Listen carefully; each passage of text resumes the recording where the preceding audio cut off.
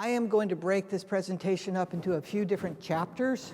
The first chapter is understanding what that thinking is, the paradigms. I want to then give you a thought process for thinking about how the thought process changes over time and give you some examples of that. We'll have a little bit of fun with the history of pain management. Only Dr. Manchakanti was there for the early history, so some of us won't be there as well. We're going to then really dive into neuromodulation, and I'm going to focus on spinal cord stimulation and the future where we're going on that, but I'll throw in a few little bits and pieces about other areas that are of great interest to me. So, a paradigm is the way we look at the world.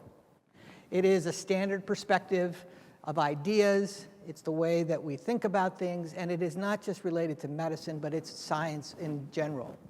And what happens over time is we shift our thinking.